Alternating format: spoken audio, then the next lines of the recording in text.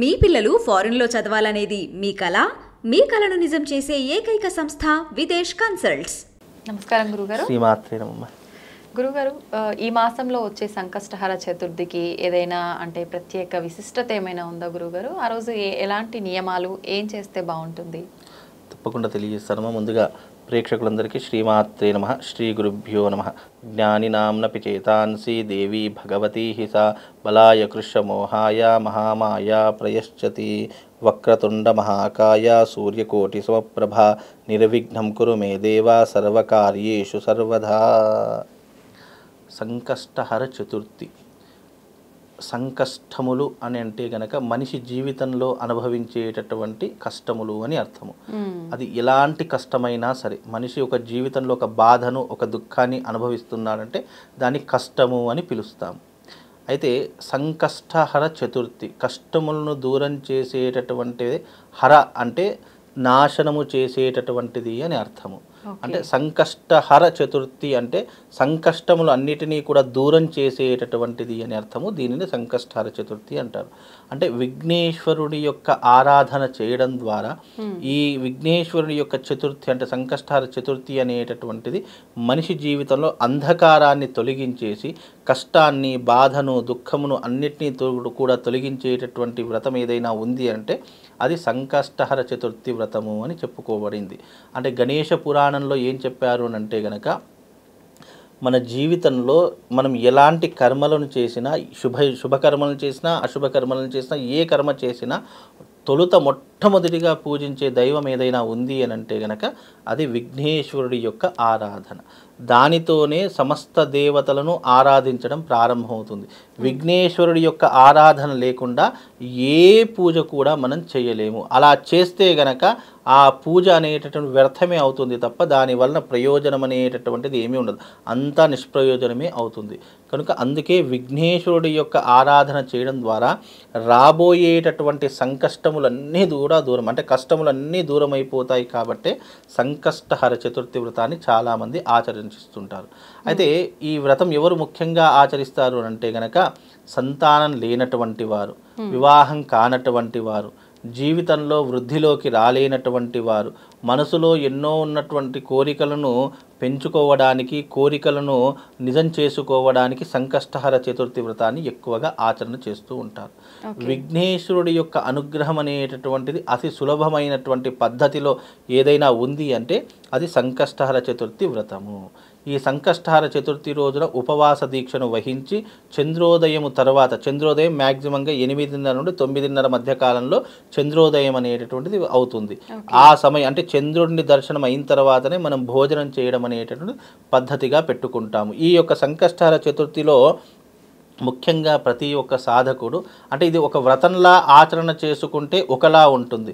లేదంటే నేను సంకష్టహర చతుర్థి రోజు కేవలం ఉపవాస దీక్షను మాత్రమే ఆచరిస్తానంటే పద్ధతులు ఇంకోలా ఉంటూ ఉంటాయి. అంటే మనం ఆచరించే విధానాన్ని బట్టి పద్ధతులు అనేటటువంటి మార్పు చెందుకుంటూ వస్తాయి. అయితే ఈ సంకష్టహర చతుర్థి రోజు అందరూ చేసుకోవాల్సిన చిన్న విషయం చెప్తాను.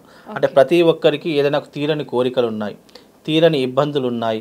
లేదు నేను ఎన్నో రోజుల నుంచి ఈ కోరికతో సతమతమైపోతున్నానండి, నాకు అనేక రకములైనటువంటి ఆర్థిక సమస్యలు, అలాగే ఫైనాన్షియల్ ఇబ్బందులు, లేదా వ్యాపారంలో ఇబ్బందులు, ఉద్యోగంలో ఇబ్బందులు, లేదా మానసికంగా, శారీరకంగా చాలా ఇబ్బందులు పడుతున్నాను, వీటన్నిటికీ ఏదైనా మార్గం దొరికితే బాగుంటుంది అని అనుకునే వాళ్లకు ఈ సంకష్టహర చతుర్థి 26వ తారీఖు మూలా నక్షత్రయుక్తంగా రావడం జరుగుతుంది. మూలా నక్షత్రము అందులోనూ రవివారం అంటే ఆదివారము రావడం అనేటటువంటిది పరమ పవిత్రమైనటువంటి రోజుగా చెప్పుకోవడం జరుగుతుంది.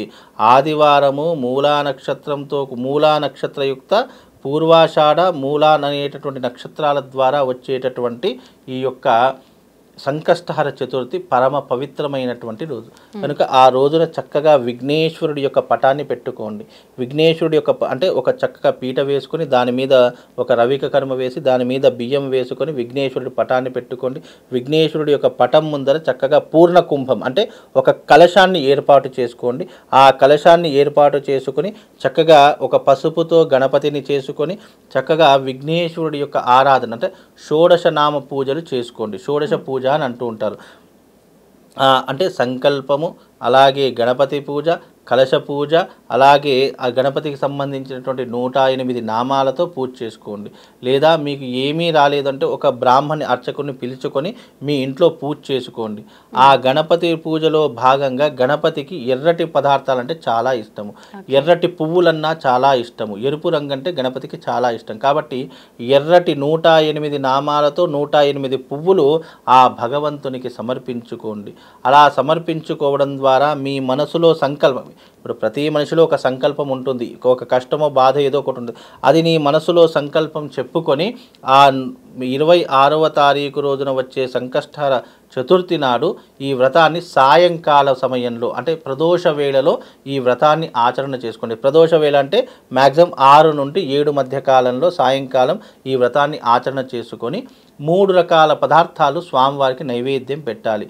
ఒకటి కుడుములు, ఆ తర్వాత ఉండ్రాళ్ళు, ఆ తర్వాత పరమాన్నము. ఈ 3 రకాల పదార్థాలు స్వామివారికి పెట్టాలి. ఆ 3 రకాల పదార్థాలలో మళ్ళీ 3 భాగాలు చేయాలి. ఆ 3 భాగాలు, ఒక భాగము గణపతికి అక్కడ పెట్టేసినటువంటి దానికి, రెండవ భాగం ఎవరైతే ఆ వ్రతం ఆచరిస్తారో ఆ యొక్క వ్యక్తి తినాలి, మూడవ భాగం తప్పకుండా ఆవుకు నైవేద్యంగా పెట్టాలి. అలా పెడితే నువ్వు అనుకున్నటువంటి కోరిక క్షణాలలో నెరవేరేటటువంటి మహద్భాగ్యము ఈ సంకష్టహర చతుర్థి ద్వారా కలుగుతుంది. అంటే దీనిని ఒక వ్రతంలా చేసుకుంటే దీనికి 5 వారాలు, 6 వారాలు, 11 వారాలు ఒక నియమం పెట్టుకోండి.